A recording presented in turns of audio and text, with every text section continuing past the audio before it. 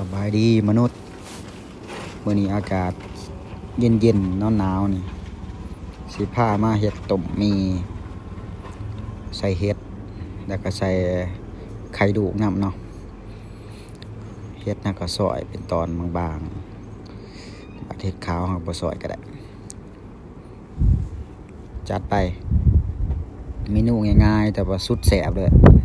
กว่าจะมาเป็นโตเฮาในเวอร์ชันปัจจุบันมันบ่ได้ง่ายเลยสิมีไผฮู้ว่าเฮามีความพยายามมาขนาดใดเป็นคนที่บ่ได้เกิดมาจากความเพียบพร้อมแต่ก็เฮ็ดตัวเองให้พร้อมกับการเปลี่ยนแปลงที่จะเกิดขึ้นในทางข้างหน้าอยู่เสมอสิ่งที่พยายามมื้อนี้บ่มีไผเห็นแต่พวกเขาจะเห็นในมื้อที่มันสว่างแล้วเฮ็ดต่อไปถึงว่าสิบ่มีไผแนมมาก็ตามบ่ต้องรอให้พร้อมเพราะความพร้อมที่รอมันบ่มีอยู่จริงจะบ่รอให้ไผมาบอกให้เริ่มเพราะนี่มันคือชีวิตเฮาอย่าท่าแฮงบันดาลใจจากไผ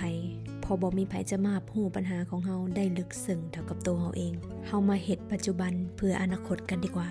ทุกๆมื้อที่ได้ลงมือทำมันคือการบ่มตัวเองถึงสิบ่มีไผเห็นก็บ่ฟ้าวให้ผู้ใดแนมมาพัฒนาตัวเองไปเรื่อยๆจนกว่าจะมีคนบอกว่าชีวิตเฮาโคตรจะมาไกลหากได้ยินเสียงผ่านเข้ามาในหูว่าคนแบบเฮาบ่น่าจะเฮ็ดได้นั่นแหละคือเสียงของความท้าทายเสียงนี้เลยคือแรงบันดาลใจ